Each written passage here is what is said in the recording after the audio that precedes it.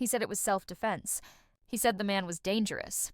But the man he shot had fought for the very country that gave the cop his badge. When the truth finally came out in court, even the judge couldn't hold back tears.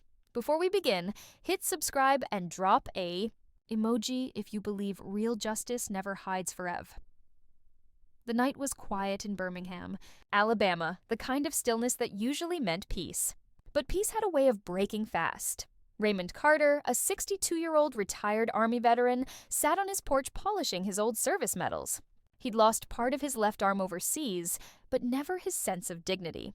After 2 decades of service, he lived alone, quietly, respectfully, a man of discipline and calm. That night, he heard shouting outside. A car had stopped near his house. 2 young men were arguing loudly. Raymond sighed, stood up, and called out, "Hey, take it somewhere else, boys. Don't wake the neighborhood." They muttered something rude and drove off. He shook his head and went back to his chair. Minutes later, flashing red and blue lights cut through the dark. A police cruiser screeched to a stop. Out stepped Officer Cole Ramsey, 32, confident, loud, quick to act, slow to think. "You there?" Cole shouted. "Hands where I can see them." Raymond looked confused. "Officer, I live here." "We got a call about a disturbance." "You matched the description." "Description of what?" Raymond asked calmly. "Older male, dark clothing, possibly armed."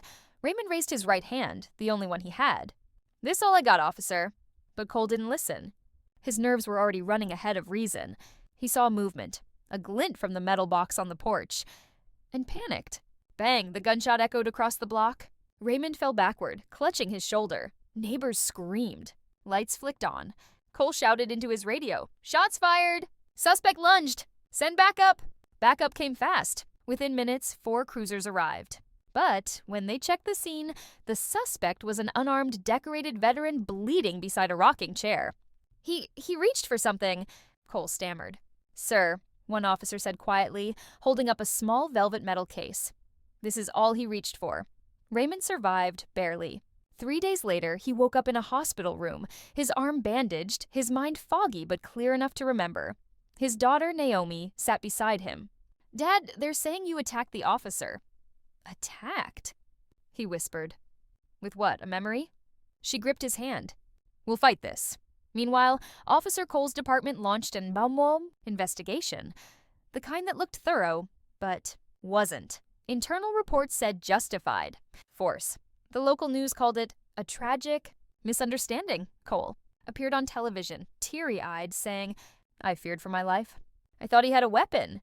The community was divided. Half believed the uniform, half believed the man who'd worn one longer. But Naomi refused to let it fade away. She hired attorney Elias Monroe, a quiet powerhouse known for turning hopeless cases into history. "Mr. Carter," Elias said, "they'll try to bury this in procedure. But facts don't die. They wait." The trial began 6 months later. The courtroom was packed. Reporters, veterans, activists, officers. At one table sat Cole in a sharp suit, feigning humility. At the other, Raymond, his left arm in a sling, metals shining faintly under the light. When Cole took the stand, he said all the right words. He was aggressive. He ignored orders. He reached for something shiny. The prosecutor nodded, pretending it made sense.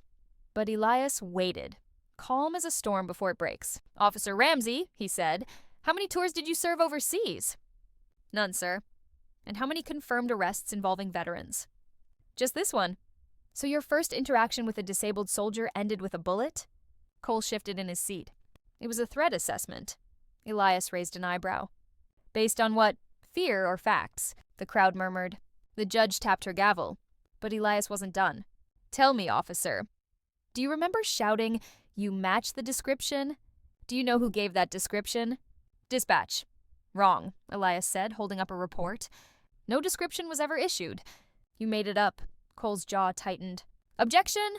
shouted the prosecutor. "Overruled," said the judge. Then Elias pulled up body cam footage. A hush fell over the courtroom as the video played. Cole's voice echoed from the speakers. His shout, the sudden shot, and Raymond's cry, "I live here!" The screen froze. Elias stepped forward. "Ladies and gentlemen, that's not self-defense. That's panic wearing a badge." For the first time, the confident officer looked unsure. His attorney whispered, "Don't say another word." But the damage was done. Elias turned to Raymond. Mr. Carter, would you please tell the court who you are? Raymond stood slowly, his age showing but his voice firm. I'm Staff Sergeant Raymond Carter. I've served this country 22 years. I've seen war, chaos, and fear, but never thought I'd face it again. On my own porch, the room went silent. Even the judge leaned forward. I didn't raise my hand to harm anyone. I raised it to show I had nothing.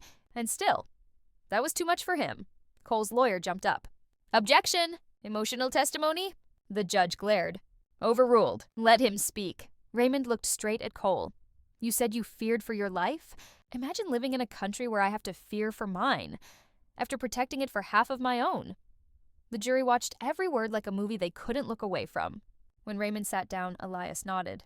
No further questions. The prosecutor tried to recover, but the truth had already landed. Then Elias brought in his final witness, a neighbor, Mrs. Henson, who'd filmed part of the night on her phone. The clip showed Cole firing without warning. The gasps were audible. He never reached, she said. That man just sat there.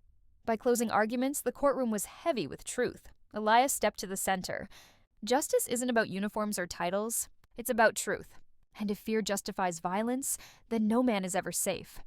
He paused, letting silence speak louder than words. You decide today whether a lie wears a badge or a man wears dignity. After 3 hours of deliberation, the verdict came in. We, the jury, find the defendant guilty of reckless assault and falsifying a police report. Cole's head dropped. The judge looked directly at him. You swore to protect life, not rewrite what it means. She sentenced him to 5 years in prison, plus mandatory community service with veterans. Outside the courthouse, reporters swarmed. But Raymond didn't celebrate. He just said quietly, Justice isn't revenge, it's remembrance. Naomi hugged him tightly. You did it, Dad. No, he said softly. We did.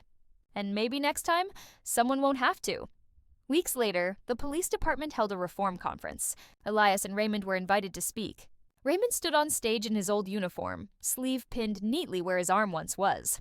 You can't train fear out of a man overnight, but you can train him to pause before he pulls the trigger. The crowd rose to its feet in applause. Even the new police chief stood saluting. That evening, Raymond returned home. The porch light glowed softly. His chair, repaired, waited. He sat down, looking at the quiet street. Soft piano returns. He tried to silence me with one shot. But truth echoes longer than bullets ever can. He placed his medals back in their box, smiled faintly and whispered, Peace earned. Again.